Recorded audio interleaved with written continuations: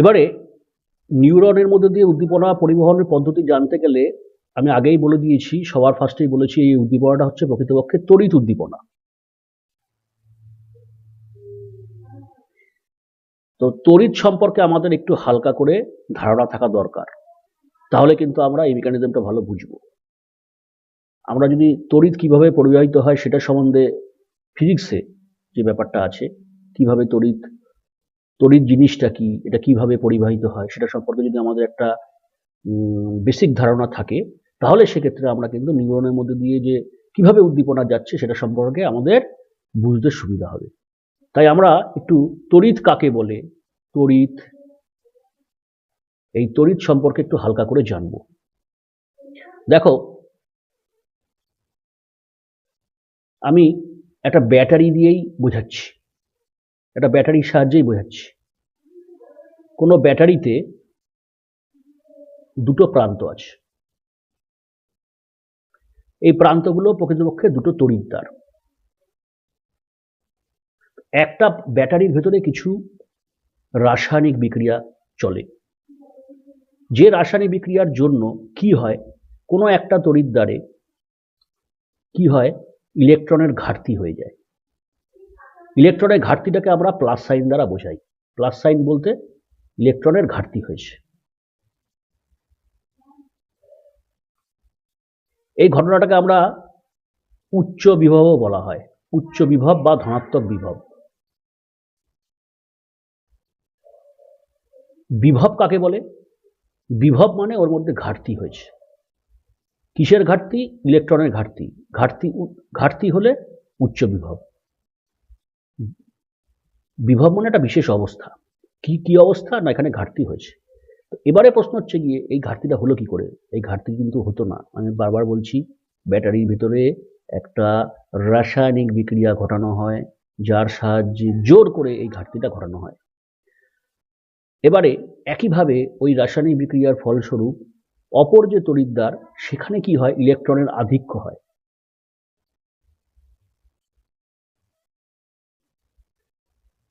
ওর যা ইলেকট্রন দরকার তার থেকে বেশি আধিক্য হয়। তো এটাকে আমরা মাইনাস সাইন দ্বারা বোঝাই।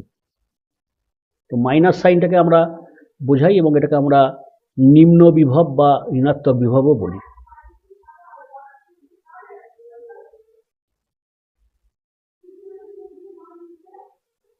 বিভব মানে তোমার হচ্ছে গিয়ে একটা বিশেষ অবস্থা, এবং এখানে ঋণাত্মক বলতে আধিক্যটাকে বোঝাচ্ছে। ঋণাত্মক মানে ইলেকট্রন বেশি আছে, ব্যাস, কমপ্লিট। তাহলে এই অবস্থাটা ক্রিয়েট করে রেখে দেওয়া হয়েছে ব্যাটারির মধ্যে। তুমি যখন বাজার থেকে ব্যাটারি কিনতে যাচ্ছ, তখন ব্যাটারির মধ্যে এই ব্যাপারটাকে তৈরি করে রাখা আছে। একদিকে তোমার ইলেকট্রনের ঘাটতি আছে, আর একদিকে ইলেকট্রন বেশি পরিমাণে আছে। এবার তুমি এই ব্যাটারিটাকে কাজে লাগাবে কি করে? তুমি ব্যাটারিটাকে যার মধ্যেই ফিট করো কিনা, সঙ্গে সঙ্গে একটা সার্কিট কমপ্লিট হয়। সার্কিটটা ছবি নিয়ে আনছি। যখনই তুমি ব্যাটারিটাকে ফিট করবে কোনো একটা বস্তুর মধ্যে, যার মধ্যে তোমার ব্যাটারিটা দিলে চলবে সেটা, তো সঙ্গে সঙ্গে একটা সার্কিট কমপ্লিট হবে। ব্যাটারিটা ওখানে খাপে বসানো মাত্র।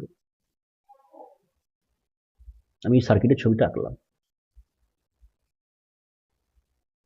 এবার এই যে সার্কিট, এই সার্কিটটা কি আমি কল্পনা করছি, এটা তুমি এটা করতেই পারো। কল্পনা করা কি আছে, এটাও তো মানুষ করে, তার দিয়েও তো যুক্ত করে ব্যাটারি। তাহলে এটা একটা পরিবাহী তার। পরিবাহী বলতে তড়িৎ পরিবাহী তার। তড়িৎ কাকে বলে এখন আমি আসিনি, কিন্তু এটাকে তড়িৎ পরিবাহী তার বলে। কি হয়, পরিবাহী তারের মধ্যে দিয়ে কি হয়, যেদিকটা ইলেকট্রন বেশি আছে সে ইলেকট্রন বর্জন করে ফেলে। এই ইলেকট্রনগুলো সে গতিশীল হয়, তারা এই পরিবাহী তারের মধ্যে দিয়ে গমন করতে শুরু করে, এবং যেদিকে ইলেকট্রনের ঘাটতি আছে সেই দিকে ইলেকট্রনগুলো পৌঁছে যায়। এতে কি ঘাটতিটা কমে যাচ্ছে? প্রশ্ন হচ্ছে, এতে কি ঘাটতি কমে যাচ্ছে? উত্তর হচ্ছে না। তাহলে ঘাটতি ছিল, অথচ ইলেকট্রন পৌঁছে গিয়েও ঘাটতি কমছে না কেন? কারণ ঘাটতি কমে গেলে হবে না, ঘাটতিটাকে জোর করে বজায় রাখা হয় ওই তোমার রাসায়নিক বিক্রিয়ার মাধ্যমে। তো ঘাটতিই থাকে, রাসায়নিক বিক্রিয়া সেটা করে, তো ইলেকট্রনও খালি গ্রহণ করতেই থাকে। তাহলে ইলেকট্রনের একটা চলাচল হতে শুরু করে। এবার ইলেকট্রনের এই চলাচলকেই বলা হয় তড়িৎ পরিবহন হচ্ছে। তড়িৎ পরিবহন আর কিছুই না, পরিবাহীর মধ্যে দিয়ে ইলেকট্রনের মুভমেন্ট, এটাকেই আমরা তড়িৎ বলি। এবার মুভমেন্টটা প্রকৃতপক্ষে ঘটে মাইনাস থেকে প্লাসের দিকে, অর্থাৎ ঋণাত্মক বিভব থেকে ধনাত্মক বিভবের দিকে। যেদিকে ইলেকট্রনের ঘাটতি আছে মানে তোমার আধিক্য আছে সেদিক থেকে, যেদিকে ঘাটতি আছে তার দিকে। কিন্তু আমরা মানে যে কোনো কারণেই হোক বাই ট্র্যাডিশন বলা হয় তড়িৎ প্রবাহের অভিমুখটাকে ইলেকট্রনের গতির অভিমুখে উল্টো দিকে দেখানো হয়।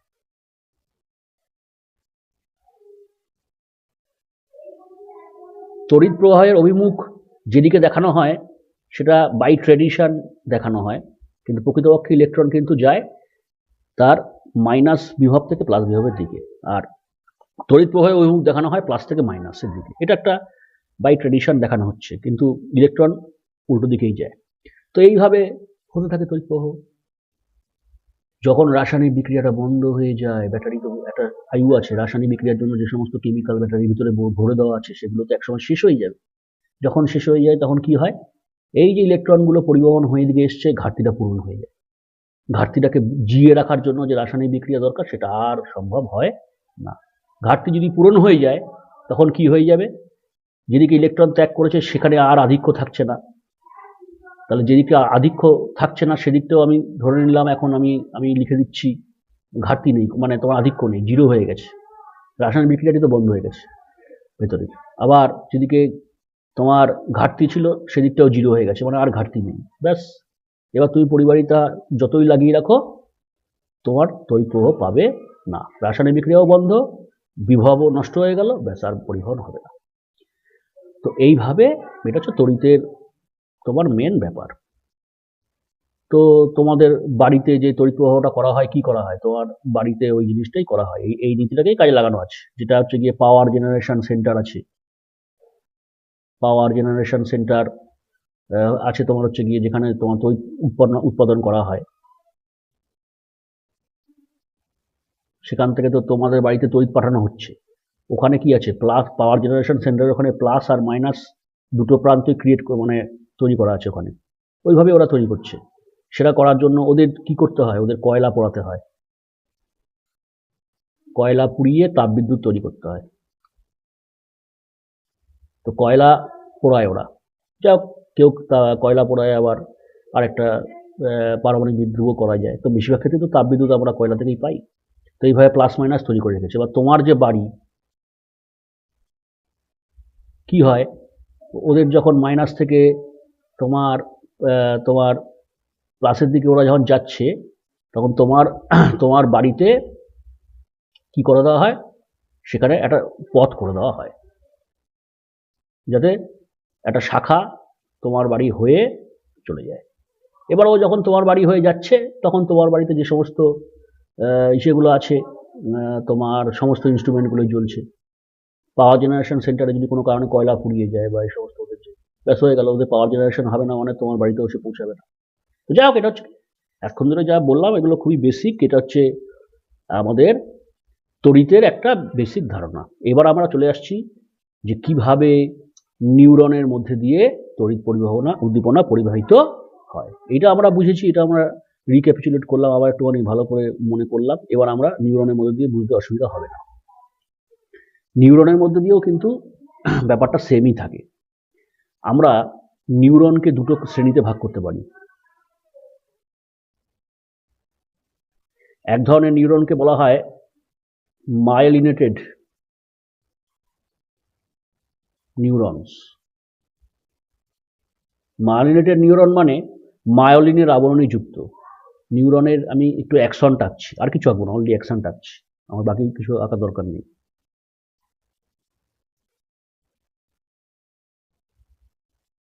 যেটা অ্যাকশন, সেই অ্যাকশনের মধ্যে কি হয়, তোমার কিছু দূর পরপর চর্বি জাতীয় একটা পদার্থ যার নাম স্ফিঙ্গোমায়োলিন, সেই চর্বি জাতীয় পদার্থের একটা আবরণ থাকে। এই আবরণটা তৈরি করে এক বিশেষ ধরনের কোষ, সেই কোষটার নাম আমি তোমায় বলছি। তো এই চর্বি জাতীয় পদার্থটা অ্যাকচুয়ালি কি, এর নাম হচ্ছে, রাসায়নিক নাম হচ্ছে তোমার স্ফিঙ্গোমায়োলিন।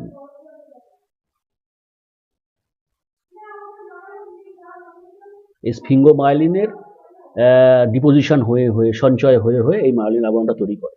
এবারে কে এই সঞ্চয়টা করছে? সিএনএস এ একজন একটা বিশেষ ধরনের কোষ করছে, আর পিএনএস একজন কোষ করছে। পিএনএস মানে নার্ভের মধ্যে যারা করছে তারা হচ্ছে, আমরা সবাই নাম জানি, সোয়ান কোষ। নার্ভের মধ্যে পড়ে, নার্ভের মধ্যে নিউরনের মধ্যে, নার্ভে থাকা নিউরনের মধ্যে সোয়ান কোষ হচ্ছে গিয়ে এই আবরণীটা তৈরি করে। আর সিএনএস এর মধ্যে বা মস্তিষ্ক এবং সুষুম্না কাণ্ডের মধ্যে কিন্তু সোয়ান কোষ করে না। ওখানে যে কোষগুলো এই মায়োলিনের আবরণ তৈরি করে তার নাম অলিগোডেন্ড্রোগ্লিয়া।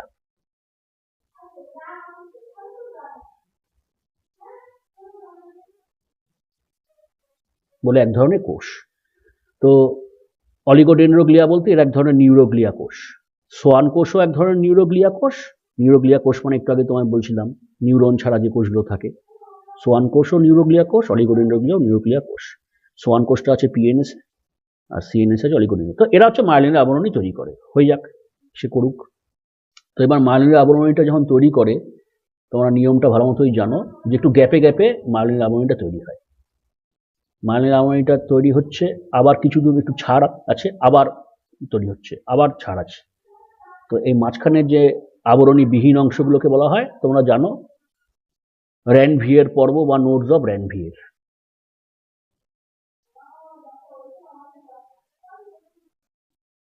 তো এগুলোকে বলছে মায়োলিনেটেড নিউরন। আর যদি আরেক ধরনের নিউরন আছে, যে নিউরন, মায়োলিনেটেড নিউরন কোথায় দেখা যায় এটা মনে রাখবে, সিএনএস এ দেখা যায়, আবার পিএনএসেও দেখা যায়। পিএনএস এর মধ্যে 100% নিউরনই হচ্ছে মায়োলিনেটেড নিউরন, মানে নার্ভের মধ্যে যত নিউরন আছে সবই হচ্ছে এরকম। আর সিএনএস এর মধ্যে সবাই না, সিএনএস এর মধ্যে কিছু সংখ্যক নিউরন হচ্ছে গিয়ে এরকম। আরেক ধরনের নিউরন আছে হচ্ছে গিয়ে নন মায়োলিনেটেড বা মায়োলিনের আবরণী বিহীন।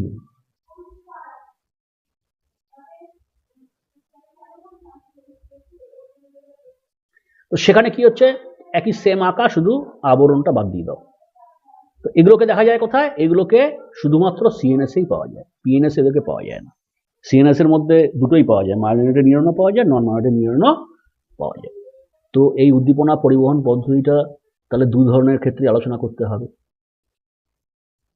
কেন এই মায়োলিনের আবরণী তৈরি হলো, এতে কি লাভ হলো, আর মায়োলিনের আবরণী না থাকলে কি কোনো ক্ষতি হয়, সেগুলো এবার আমরা দেখব। সবার আগে আমরা মায়োলিনেটেড নিউরনের মধ্যে দিয়ে উদ্দীপনা পরিবহন পদ্ধতিটা দেখব।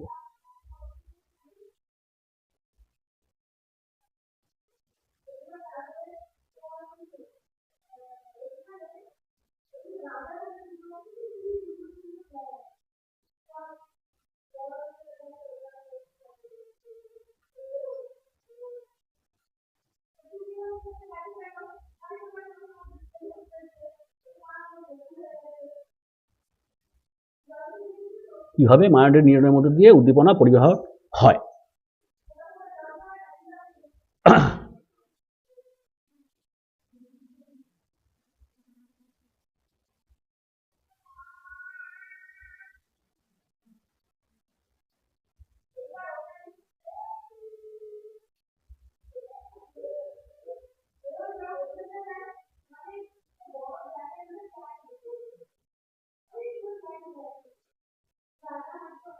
এবারে আমরা যেটা দেখব সেটা হচ্ছে মায়োলিনেটেড যে নিউরন, এই নিউরনের যে র্যানভিয়ের পর্ব অংশগুলো, র্যানভিয়ের পর্বগুলোতে কিছু চ্যানেল থাকে। আমি চ্যানেলগুলোকে আঁকছি। 3 প্রকারের চ্যানেল থাকে, আয়ন চ্যানেল। এই আয়ন চ্যানেলগুলোকে বলা হয় voltage gated ion channels. Voltage gated ion channel কথাটার মানে হচ্ছে ভোল্টেজ বা বিভবের ওপর বেস করে এরা খোলে বন্ধ হয়। আরেক ধরনের আয়ন চ্যানেল আছে, সেগুলোকে বলা হয় লাইগেন্ড গেটেড আয়ন চ্যানেল, সেগুলো এখানে থাকে না। আয়ন চ্যানেল 2 রকমের হয়, ভোল্টেজ গেটেড হয় আর লাইগ্যান্ড গেটেড আয়ন চ্যানেল হয়। লাইগ্যান্ড গেটেড আয়ন চ্যানেল মানে ওই আয়ন চ্যানেলগুলোর মধ্যে কোনো লাইগ্যান্ড নামক এক ধরনের বস্তু, এক ধরনের পদার্থ যদি আটকায় তবেই চ্যানেলগুলো খোলে বা বন্ধ হয়। কিন্তু লাইগ্যান্ড গেটেড আয়ন চ্যানেল এখানে থাকে না, এখানে শুধুমাত্র ভোল্টেজ গেটেড আয়ন চ্যানেল থাকে। এবার এই ভোল্টেজ চ্যানেল আয়ন চ্যানেলগুলোর ক্রিয়াতে তার ফলস্বরূপই কিন্তু উদ্দীপনা পরিবহনটা হয়। প্রত্যেকটার মধ্যে আছে, প্রত্যেকটা র্যানভিয়ার পর্বতেই এগুলো আছে। এবার এই আয়ন চ্যানেলগুলো কি করছে না করছে, কিভাবে কাজ করছে, সেগুলো আমরা দেখব। নর্মাল অবস্থায় কোষের ভেতরে দেখা গেছে সেটা হচ্ছে নেগেটিভ আয়নের আধিক্য বেশি থাকে। ভেতরের দিকটা নেগেটিভ, র্যানভিয়ার পর্ব অংশ, অন্য কোনো জায়গায় নয়। র্যানভিয়ার পর্ব নয়, সব জায়গাতেই তাই। আমি এটা ভুল বললাম, সব জায়গাতেই নেগেটিভ থাকে, পুরো ব্যাপারটাতেই নেগেটিভ থাকে।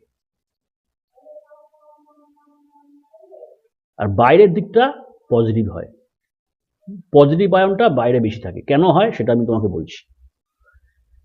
নর্মাল অবস্থায় যে চ্যানেলটা খোলা থাকে, স্বাভাবিক অবস্থায় যে চ্যানেলটা খোলা থাকে, আমি সেই চ্যানেলটাকে একটু লোকেট করছি। ফার্স্টে ধরো একটা ফার্স্ট চ্যানেল,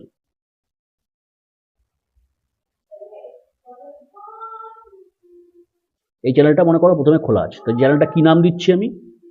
এই চ্যানেলটা হচ্ছে, এর নাম হচ্ছে সোডিয়াম পটাশিয়াম চ্যানেল। এটা ফার্স্ট খোলা আছে, প্রথম খোলা আছে। কোন সময় খোলা আছে? কোষ যখন বিশ্রাম আছে, কোনো তড়িৎ উদ্দীপনা কিছু নাই, নিউরনের মধ্যে দিয়ে উদ্দীপনা যাচ্ছে না, এটাকে আমরা বলি বিশ্রামরত অবস্থা। এই অবস্থায় এই চ্যানেলটা খোলা আছে। এই চ্যানেলটার বৈশিষ্ট্য কি? এই চ্যানেলটার বৈশিষ্ট্য হচ্ছে, এই চ্যানেলটা 3টে করে সোডিয়ামকে কোষের বাইরে পাঠিয়ে দেয়। কোষের বাইরে পাঠিয়ে দেয় সোডিয়াম। কটা সোডিয়ামকে পাঠায়? 3টে করে সোডিয়ামকে পাঠিয়ে দেয়। আর 2টো করে পটাশিয়ামকে ভেতরে ঢোকায়। নামই তো সোডিয়াম পটাশিয়াম চ্যানেল। এটাকে অ্যান্টিপোর্ট বলে। অ্যান্টিপোর্ট মানে বিপরীতমুখী প্রবাহ। 2টো করে পটাশিয়ামকে ভেতরে ঢোকায়। এবার এটা করার জন্য এই শক্তিটাও পায় কোথায়? ও এটিপিকে ভাঙে, ও একটা এটিপিএস চ্যানেল। প্রকৃতিগতভাবে ও হচ্ছে এটিপিএস। এটিপিএস মানে এটিপিকে ভেঙে এই কাজটা করে। তাহলে এই চ্যানেলটা যখন খোলা আছে, 3টে করে প্লাসের লস হচ্ছে আর 2টো করে প্লাস গেইন করছে ভেতরটা। তাহলে প্রত্যেকবার সাইকেলে একবার করে চলবে, একটা করে ঘাটতি হচ্ছে প্লাসের। এইভাবে যতবার চলতে থাকবে তত তো ঘাটতিই হয়, লাভ তো হয় না। তাহলে ভেতরটা মাইনাসটা মেনটেন হয়, ভেতরটা হয়ে যায় ঋণাত্মক, বাইরেটা হয়ে যায় সেই তুলনায় ধনাত্মক, কারণ বাইরে ধনাত্মক কারণে গাঢ়ত্ব বেড়ে যায়।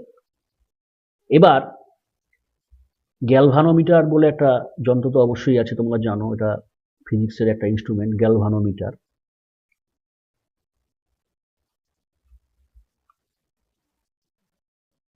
এই গ্যালভানোমিটার দিয়ে যখন মাপা যায় ভেতরটা ঋণাত্মক আর বাইরেটা ধনাত্মক কতটা, তো সেটা দেখা যায় নিউরনের ক্ষেত্রে। দেখা যায় যে কোনো নিউরন, তার ক্ষেত্রে দেখা যায় ভেতরটা হচ্ছে গিয়ে থাকে -70 মিলিভোল্ট। -70 মিলিভোল্ট এটা থাকে ভেতরটা। কিন্তু আরেক ধরনের কোষ আছে, তোমার সেটা হচ্ছে পেশিকলার কোষ, পেশিকোষ, কঙ্কাল পেশিকোষ বা কঙ্কাল পেশিকোষই বলি আমরা, যেটা আমাদের স্কেলিটাল সিস্টেমের সঙ্গে লেগে থাকে। কঙ্কাল পেশিকোষের মধ্যে কিন্তু -70 থাকে না, -7 জায়গায় ওখানে থাকে -90। যাই হোক, আমরা নিউরন নিয়ে আলোচনা করছি, নিউরনে থাকে -70 মিলিভোল্ট।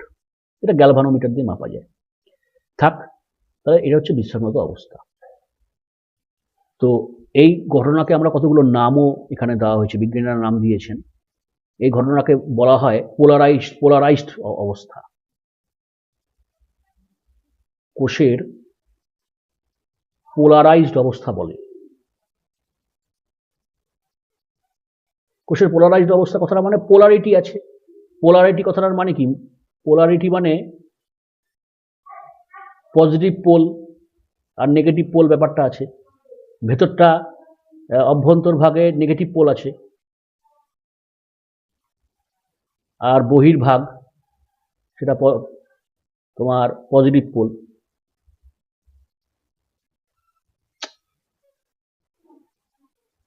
ওটা পজিটিভ পোল আছে, তো এই জন্য এটাকে বলছে পোলারাইজড অবস্থা, পোলারিটি আছে, ভেতরটা নেগেটিভ বাইরেটা পজিটিভ। তো এইভাবে কোষ জিরো হয় না, যে ভেতরটা জিরো বাইরেটা জিরো তা না, পোলারাইজড থাকে, ভেতরটা ঋণাত্মক -70 মিলিভোল্ট আর বাইরেটা পজিটিভ, ব্যাস কমপ্লিট। এটা হচ্ছে বিশ্রামরত অবস্থায় আছে। এইবার কি হচ্ছে, উদ্দীপনা, উদ্দীপিত ওকে হতে হবে, উদ্দীপনা হতেই পারে, উদ্দীপনা আসে। তো উদ্দীপনা যখন আসছে তখন কি ঘটনা ঘটছে এবার আমরা সেটা দেখব।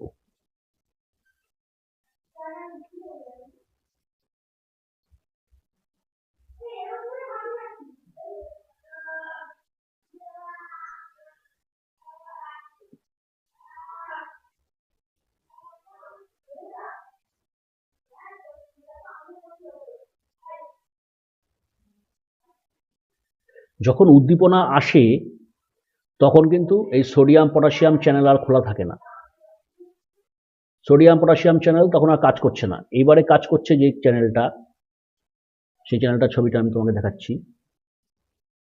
এই চ্যানেলটা হচ্ছে গিয়ে sodium channel, only sodium channel. Sodium potassium channel বন্ধ হয়ে গেল, সোডিয়াম চ্যানেলটা খুলে যায়। সোডিয়াম চ্যানেলটা যেই খুলে যায় তখন বাইরে থেকে বহিঃকোষীয় তরল থেকে সোডিয়াম কোষের ভেতরে প্রবেশ করতে থাকে। এবার ভেতরটা ছিল নেগেটিভ, তাহলে সেই নেগেটিভটা তো ব্যালেন্স হয়ে যাচ্ছে, যেটা ভেতরে ছিল নেগেটিভ সেই নেগেটিভটা নেগেটিভ থাকছে না, পজিটিভ এসে ওকে ব্যালেন্স করে দিচ্ছে। তো আমরা যেটা দেখবো -70 ছিল সেটা -70 থাকবে না, সেটা আস্তে আস্তে আস্তে পজিটিভের দিকে হবে। ধরো -70 থেকে ধরো -60 হয়ে গেল, ফার্স্টে ধরো -50 হলো, এরকম করতে করতে করতে করতে সে কোথার দিকে এগোচ্ছে, জিরোর দিকে এগোচ্ছে। আস্তে আস্তে নেগেটিভটা কমতে কমতে জিরোর দিকে যাচ্ছে। কেন? সোডিয়াম এসে তোমার যে মাইনাসকে ব্যালেন্স করে দিচ্ছে, ঋণাত্মক আয়ন আর ধনাত্মক আয়ন মিলে তোমার প্রশমিত হয়ে যাচ্ছে। তো এই ঘটনাটাকে আমরা কি বলবো? যদি জিরোর দিকে যদি এগোয় তাহলে আর পোলারিটি থাকবে? পোলারিটি তো থাকবে না, মাইনাস আর ভেতরে মাইনাস বাইরে প্লাস, সেটা তো থাকবে না, ও তো জিরো হয়ে যাচ্ছে। তাহলে পোলারিটিটা চলে যাচ্ছে, সোডিয়াম এসে পোলারিটিটাকে নষ্ট করে দিচ্ছে। তো ঘটনাটাকে আমরা বলি ডিপোলারাইজেশন।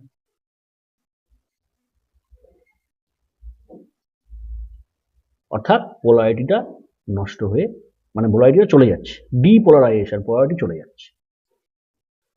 তো আমরা এটাকে একটা গ্রাফের মাধ্যমে দেখতে পাই, এটা গ্রাফ আঁকছি আমি।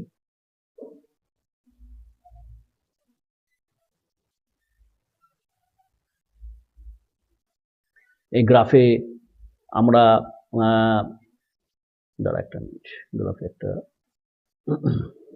নিচে বাড়িয়ে দিতে পারো, ঠিক আছে। এবার আমি গ্রাফটা করছি, সেখানে আমরা যেটা দেখাবো গ্রাফে, ধরো এটা হচ্ছে -70, এই অবস্থায় কোষটা ছিল, কিন্তু এবারও -70 থেকে আস্তে আস্তে আস্তে জিরোর দিকে যাচ্ছে। এটা হচ্ছে জিরোর দিকে যাচ্ছে। তাহলে এই ঘটনাটাকে আমরা বলছি ডিপোলারাইজেশন। হোক ডিপোলারাইজেশন। তো ডিপোলারাইজেশন কি এখানে থেমে যাচ্ছে? জিরোতে গিয়ে কি থেমে যাচ্ছে? দেখা যাচ্ছে না। যেটা জিরো মানে সোডিয়াম প্রবেশ করছিল ও তখনও থামছে না, জিরোতে পৌঁছে গেছে, ভেতরটা -70 থেকে জিরোতে চলে এসছে, কমতে কমতে তোমার মানে ঋণাত্মক ভাবটা কমতে কমতে একেবারে জিরোই হয়ে গেল, তাও সোডিয়াম প্রবেশ করা থামছে না, সোডিয়াম প্রবেশ করেই যাচ্ছে। তখন কি হচ্ছে? তখন আমরা দেখব এবার প্লাসের দিকে যাওয়া শুরু করলো। এবার পজিটিভ আয়নের যে গাঢ়ত্ব, ভেতরে পজিটিভ আয়নের গাঢ়ত্বটা বেড়ে যেতে শুরু করলো। এখন মাইনাস তো নেই, উল্টে প্লাসের গাঢ়ত্ব বেড়ে যাচ্ছে। সেটাকে গ্রাফে আমরা দেখতে পাবো, আস্তে আস্তে আস্তে সেটা পজিটিভের দিকে যাচ্ছে। যেতে যেতে অনন্তকাল কি যাবে? উত্তর হচ্ছে না। যখনই +40 মিলিভোল্ট হয়ে যাবে, ভেতরটা +40 হয়ে যাবে, পজিটিভ বাড়তে বাড়তে ভেতরটা ছিল -70 হয়ে যাবে +40, তখনই সোডিয়াম চ্যানেলটা বন্ধ হয়ে যাবে, আর তখন সোডিয়াম চ্যানেল কাজ করবে না। কারণ আর এবারে পজিটিভ হওয়ার তো একটা লিমিট আছে। কোষ কতক্ষণ পর্যন্ত পজিটিভ অ্যালাউ করে? যতক্ষণ পর্যন্ত +40 মিলিভোল্টে পৌঁছাচ্ছে। তো এইখানে একটা ছোট্ট কথা বলবো আমি, সেটা হচ্ছে যখন -70 ছিল, -70 সময় উদ্দীপনা আসলো, সোডিয়াম চ্যানেল খুললো, সেখান থেকে -55 মিলিভোল্টে গেল, মানে বেশ কিছুটা পজিটিভের দিকে গেল। তো সেই সময় কোষপর্দা -70 থেকে মিলিভোল্টে কোষপর্দা যাওয়ার পর কোষপর্দা উদ্দীপিতকরণটা হঠাৎ খুব বেড়ে যায়। যখন -55 মিলিভোল্টে গিয়ে পৌঁছায়, কোষপর্দা উত্তেজিত হয়ে পড়ে এবং প্রচুর সংখ্যক সোডিয়াম চ্যানেল খুলে যায়। খুলে গিয়ে খুব দ্রুত -55 থেকে +40 চলে যায়।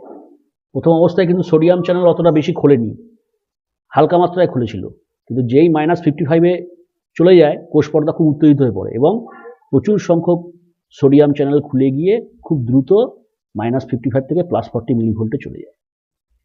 তো আমরা মানে ঘটনাটাকে একজন বিজ্ঞানীর নাম অনুযায়ী বলা হয়, এটাকে বলা হয় হজকিন সাইকেল।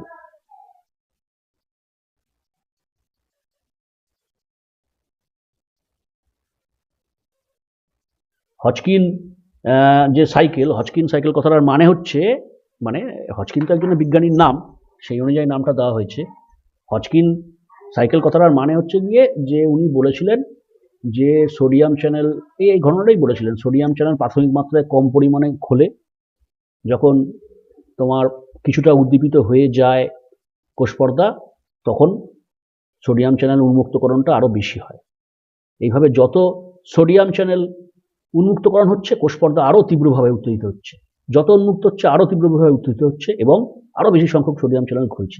মানে উনি বলছে এটা একটা চক্রের মতো, কিছু পরিমাণ প্রথমে সোডিয়াম চ্যানেল খুললো, কোষপর্দা কিছুটা উন্মুক্ত হলো, মানে উত্তেজিত হলো, আরেকটু বেশি সংখ্যক খুললো, আবার কিছুটা উত্তেজিত হলো, আরও বেশি সংখ্যক খুললো, এবং করতে করতে এটাকে উনি হজকিন সাইকেল বলছে। যাই হোক, এইভাবে উত্তেজিত হতে হতে +40 মিলিভোল্টে পৌঁছে যায়। +40 মিলিভোল্টে যখন পৌঁছে যায় তখন কিন্তু এটা তোমার আর নয়, এবার সোডিয়াম চ্যানেল বন্ধ হয়ে যাবে। এবার তখন আর সোডিয়াম চ্যানেল কাজ করবে না। এবার তাহলে কি হবে? এবার আমরা দেখব। দেখো, কোষ এবার চাইবে আবার আগের অবস্থায় ফিরে আসতে। কোষ এবার চাইবে আবার আগের অবস্থায় ফিরে আসতে, কারণ +40টা তো ওর এক্সাইটেড স্টেট, এটা তো উত্তেজিত অবস্থা, এটা তো রেস্টিং অবস্থা না, বিশ্রামরত অবস্থা না, তাহলে ও ওখানে গেছে ঠিকই, তাহলে ওকে তো ফিরতে তো হবে। তো এবারে প্রশ্ন হচ্ছে ও ফিরবে কি করে, সেটা আমরা দেখব।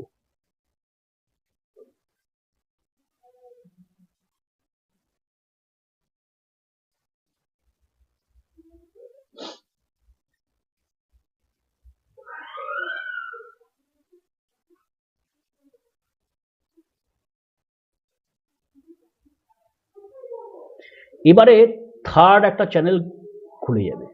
প্রথম দুটো চ্যানেল যেটা ছিল ওরা বন্ধ, তৃতীয় একটা চ্যানেল এবার খুলে যাবে। এই চ্যানেলটার নাম কি? এই চ্যানেলটার নাম হচ্ছে পটাশিয়াম চ্যানেল।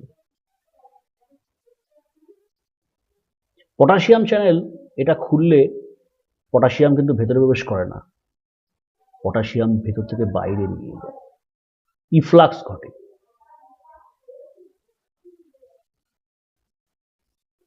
এবার পটাশিয়াম যদি বাইরে বেরিয়ে যায়, তার মানে পজিটিভটা বাইরে বেরোচ্ছে, পজিটিভ বাইরে বেরিয়ে যাচ্ছে মানে ভেতরে +40 ছিল, তার মানে পজিটিভ এবার কমতে শুরু করবে, তার মানে আমরা আমাদের গ্রাফে কি দেখব, আবার নামতে শুরু করেছে, পজিটিভটা আস্তে আস্তে নামতে শুরু করেছে। নামবে না কেন? পজিটিভ আয়ন তো আবার বেরিয়ে যাচ্ছে, তাহলে পজিটিভ আয়নের ঘাটতি হচ্ছে, ঘাটতি হওয়া মানে আবার মাইনাস, প্রথমে 0-র দিকে যাবে, আরও ঘাটতি হলে মাইনাসের দিকে যাবে।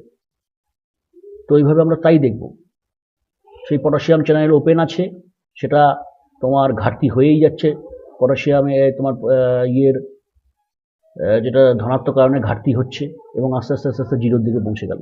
জিরোর দিকে পৌঁছেই থামলো না, ও আরও নিচে নামছে।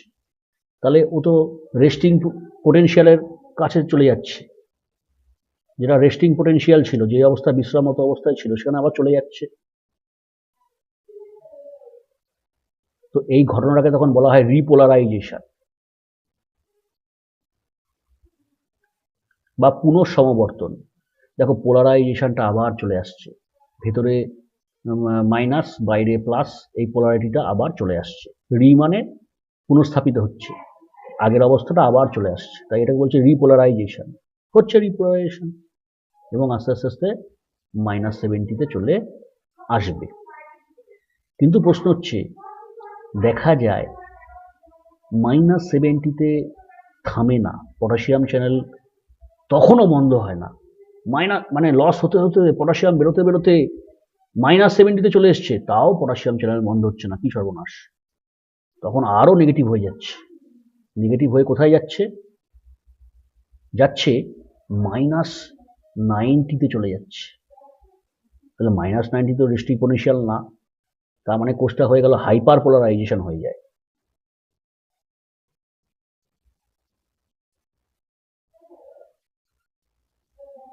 হাইপার পোলারাইজেশন কথাটার মানে কি? কোষটা তোমার হচ্ছে গিয়ে যতটা না পোলারাইজ হওয়ার কথা, তার থেকে বেশি পোলারাইজ হয়ে পড়ছে। তো এইবারে কোষ বলছে থামো।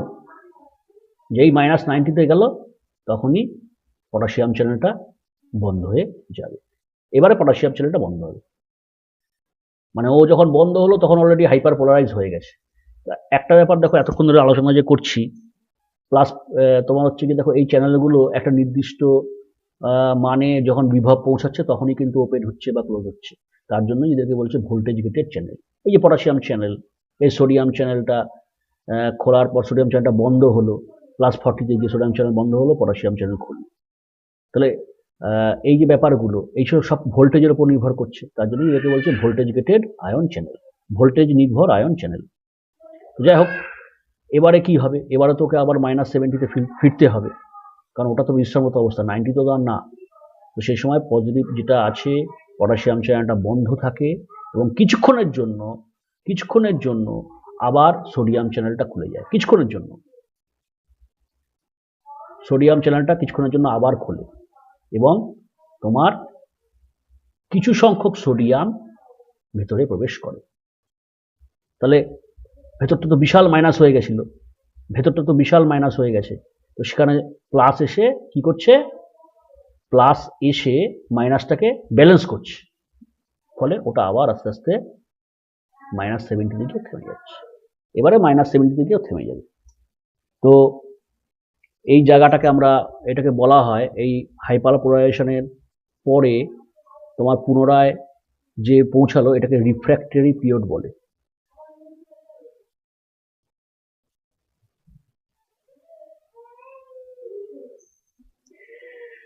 রিফ্র্যাক্টরি পিরিয়ড বলা হয় যে তোমার পজিটিভ যে তোমার মানে -90 থেকে আবার একটু পজিটিভ হয়ে গিয়ে -70 দিকে চলে গেল, এটা রিফ্র্যাক্টরি পিরিয়ড বলে। রিফ্র্যাক্টরি পিরিয়ড প্রকৃতপক্ষে এর যে ব্যাপারটা, সেটা একটুখানি আমি পরে বলছি, সন্ধ্যা আরেকটু পরে ভালো বোঝাবো, কিন্তু এইটাকে জেনে রাখো যে এইটুকানিকে রিফ্র্যাক্টরি পিরিয়ড বলে। ব্যাস ব্যাস আগের অবস্থায় চলে গেল। তাহলে একটা পর্বে তো এই সমস্ত ঘটনা ঘটলো। তো প্রশ্ন হচ্ছে, তড়িৎ উদ্দীপনা বহনটা কোথায় হলো? এত কিছু যখন হলো, উদ্দীপনা বহনটা কোথায় হলো? উদ্দীপনা বহন তো দেখলাম না, এ তো একটা র্যানভিয়ার পর্বে কি ঘটনা ঘটলো না ঘটলো সেগুলো বললাম। উদ্দীপনা বহনটা কোথায় হলো? উদ্দীপনা তো ছড়ালো না, এ তো একটা পর্বের মধ্যে সব ঘটনা দেখালাম। তাহলে ছড়ালো কি করে? এবার দেখি এই ঘটনাগুলোর মাধ্যমে উদ্দীপনাটা ছড়ালো কিভাবে।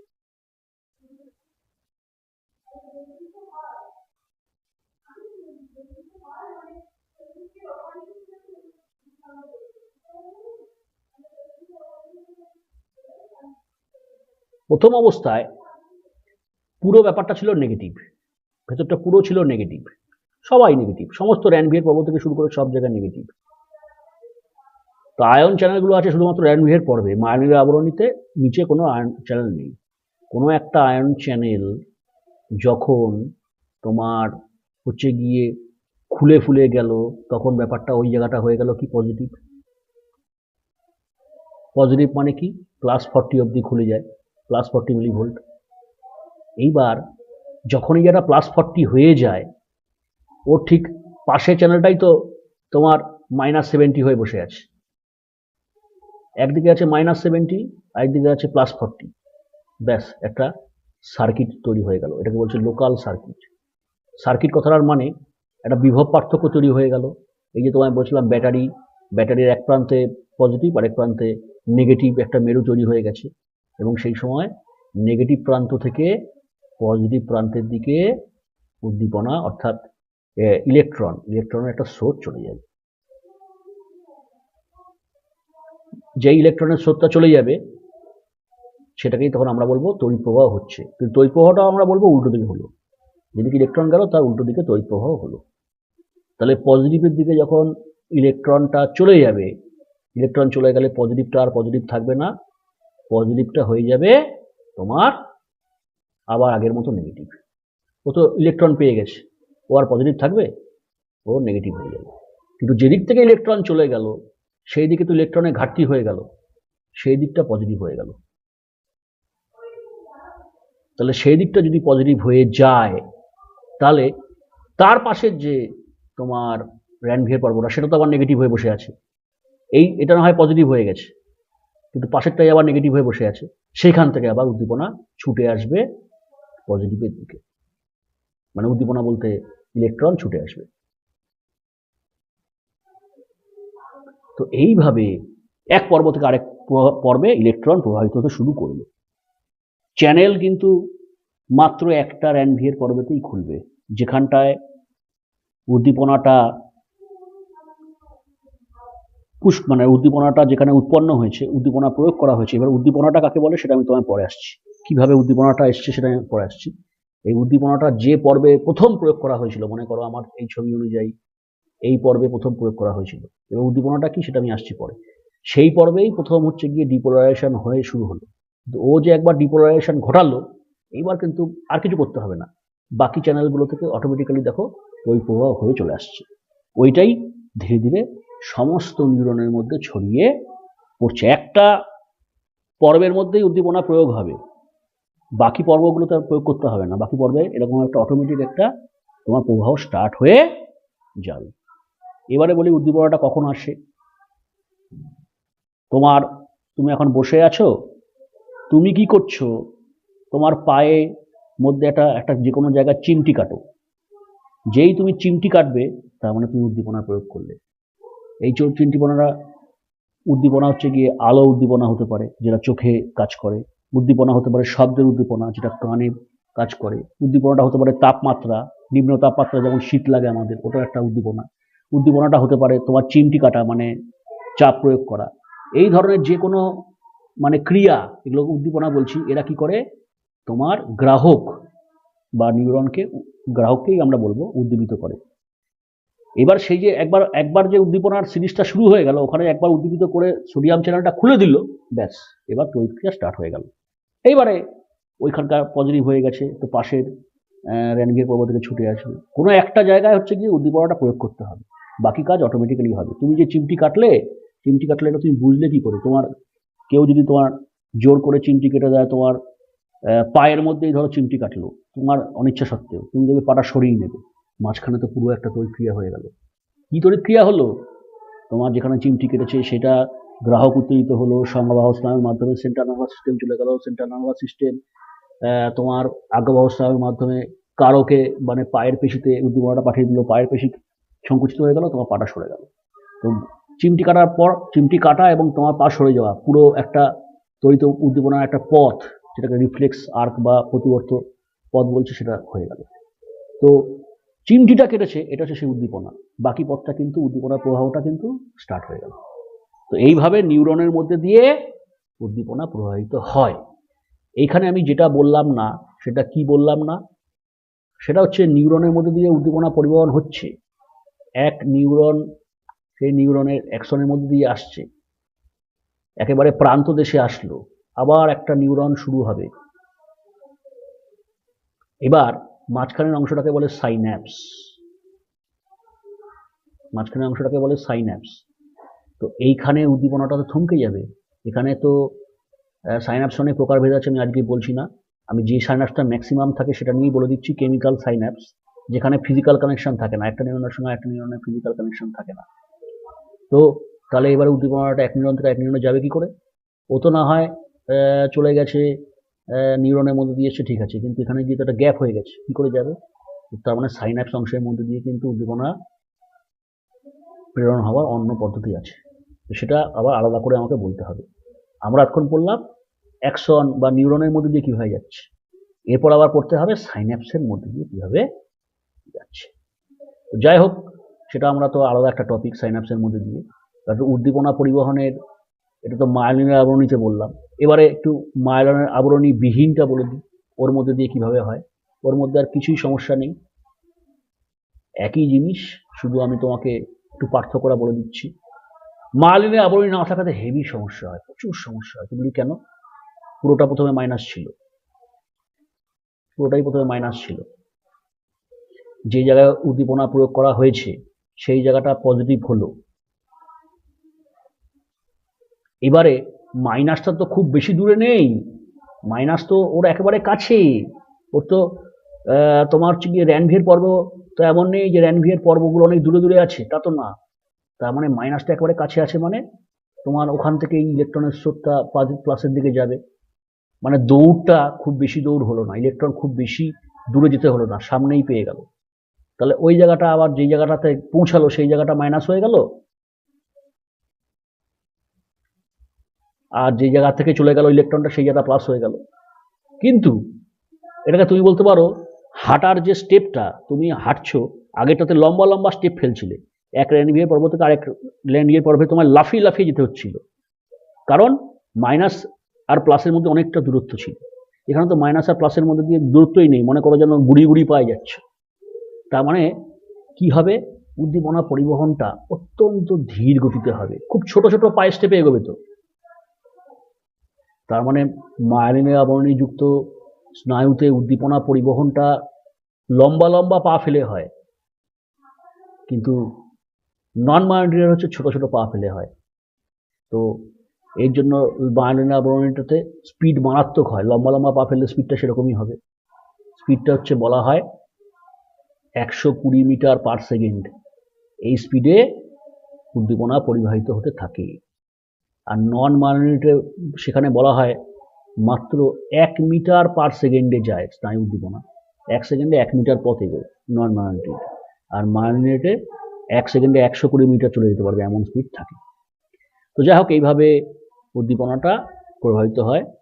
নন মায়োলিনেটের ক্ষেত্রে যে পরিবহন পদ্ধতি, যেটা মায়োলিনের আবরণীর মধ্যে দিয়ে, এই পরিবহন পদ্ধতির একটা নাম দেওয়া হয়েছে সল্টেটরি কন্ডাকশন।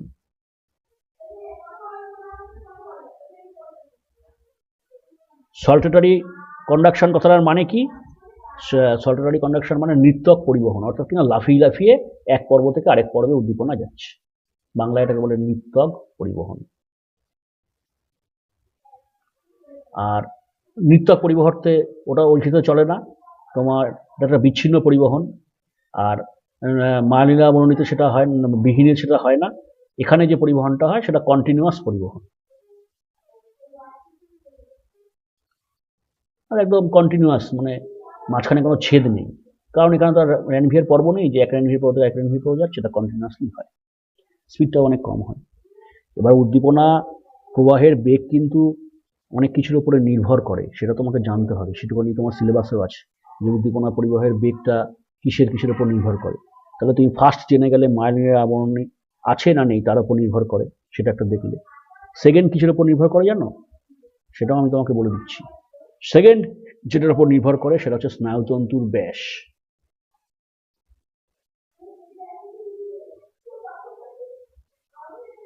অর্থাৎ যত স্নায়ুতন্তু মোটা হবে তার মধ্যে বেগ বেশি হবে, যত স্নায়ুতন্তু সরু হবে তার মধ্যে বেগ কম হবে। ব্যাপারটা একটুখানি তোমাকে ব্যাপারটা বুঝিয়ে বলি, এটা কেন হলো। এখানে আমি নিউরন বলছি না, এবার আমি নিউরন থেকে বেরিয়ে আসলাম, এবার চলে গেলাম স্নায়ুতন্তু, অর্থাৎ নার্ভে চলে আসলাম। নার্ভ, অনেকগুলো নার্ভ একত্রিত, মানে একটা নার্ভের মধ্যে প্রচুর নিউরন থাকে, নিউরনের সমষ্টি।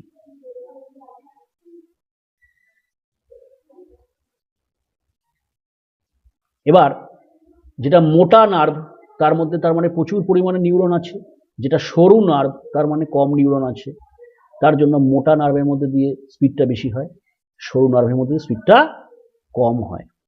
সাধারণত দেখা গেছে পেশির ক্ষেত্রে, এটা একটা দেখা গেছে পেশি, কঙ্কাল পেশি, সেখানে সংজ্ঞাবাহ স্নায়ু ওর সঙ্গে যুক্ত আছে। ওই চিমটি কেটেছে তোমার পায়ে, সংজ্ঞাবাহ স্নায়ু দিয়ে চলে যাচ্ছে উদ্দীপনা সিএনএসের দিকে। সেই সংজ্ঞাবাহ স্নায়ুর ব্যাস মনে করো, এর ব্যাসটা মনে করো 12 থেকে 22-এর মধ্যে থাকে, কি মাইক্রন, 12 থেকে 22 মাইক্রনের মধ্যে এর ব্যাস হয়। তো এর মধ্যে উদ্দীপনা পরিবহনের বেগ দেখা গেছে এই নার্ভের মধ্যে দিয়ে হয় 70 থেকে 120 মিটারের পার সেকেন্ডের মধ্যে। মানে 12 যদি হয় 70 মিটার পার সেকেন্ড হবে, যদি 22 হয় 120 মিটার পার সেকেন্ড হবে। তো এইভাবে এটাকে করে। আবার দেখা গেছে এটাকে হচ্ছে কঙ্কাল পেশির মধ্যে বললাম। আবার কার্ডিয়াক পেশি বা তোমার হচ্ছে গিয়ে আমাদের হৃৎপিণ্ডের যে মাসেল আছে সেই মাসেলের সঙ্গেও তো তোমার ভেগাস স্নায়ু যুক্ত থাকে মাসেলের মধ্যে। তো কার্ডিয়াক যে মাসেল, সেই কার্ডিয়াক মাসেলের যে পেশি নার্ভ, এই নার্ভের ব্যাস কতটা, এটা তো সরু, এর ব্যাস কতটা হয় এটা দেখা গেছে, সেটা ব্যাস 0.3 থেকে 1.3 মাইক্রনের মতো হয়। সেখানে উদ্দীপনা পরিবহনের বেগ কত, অত্যন্ত কম, 0.7 থেকে 2.2 মিটার পার সেকেন্ড। তো এইভাবে নার্ভ যত মোটা তত স্পিড বেশি উদ্দীপনা পরিবহনে, যত নার্ভ সরু তত স্পিডটা কম। আর লাস্ট যেটা বলবো সেটা হচ্ছে গিয়ে টেম্পারেচার। এটা দেখা গেছে টেম্পারেচার একটা নির্দিষ্ট টেম্পারেচার পর্যন্ত তুমি যদি বাড়াও, আস্তে আস্তে টেম্পারেচারটা আস্তে আস্তে বাড়াও, দেখবে তোমার উদ্দীপনা পরিবহনটাও বাড়তে থাকে একটা নির্দিষ্ট পর্যন্ত। সেটা কত পর্যন্ত, 40 পর্যন্ত, 40 ডিগ্রি সেলসিয়াস পর্যন্ত যদি উদ্দীপনা মানে তাপমাত্রা আস্তে আস্তে বাড়ানো যায়, তাহলে নার্ভের মধ্যে দিয়ে স্পিডটাও বাড়ে। 40-র পরেই কিন্তু আবার কমতে থাকে, ততটা আর বাড়ে না, 40 পর্যন্ত টেম্পারেচার বাড়লে বাড়তে থাকে।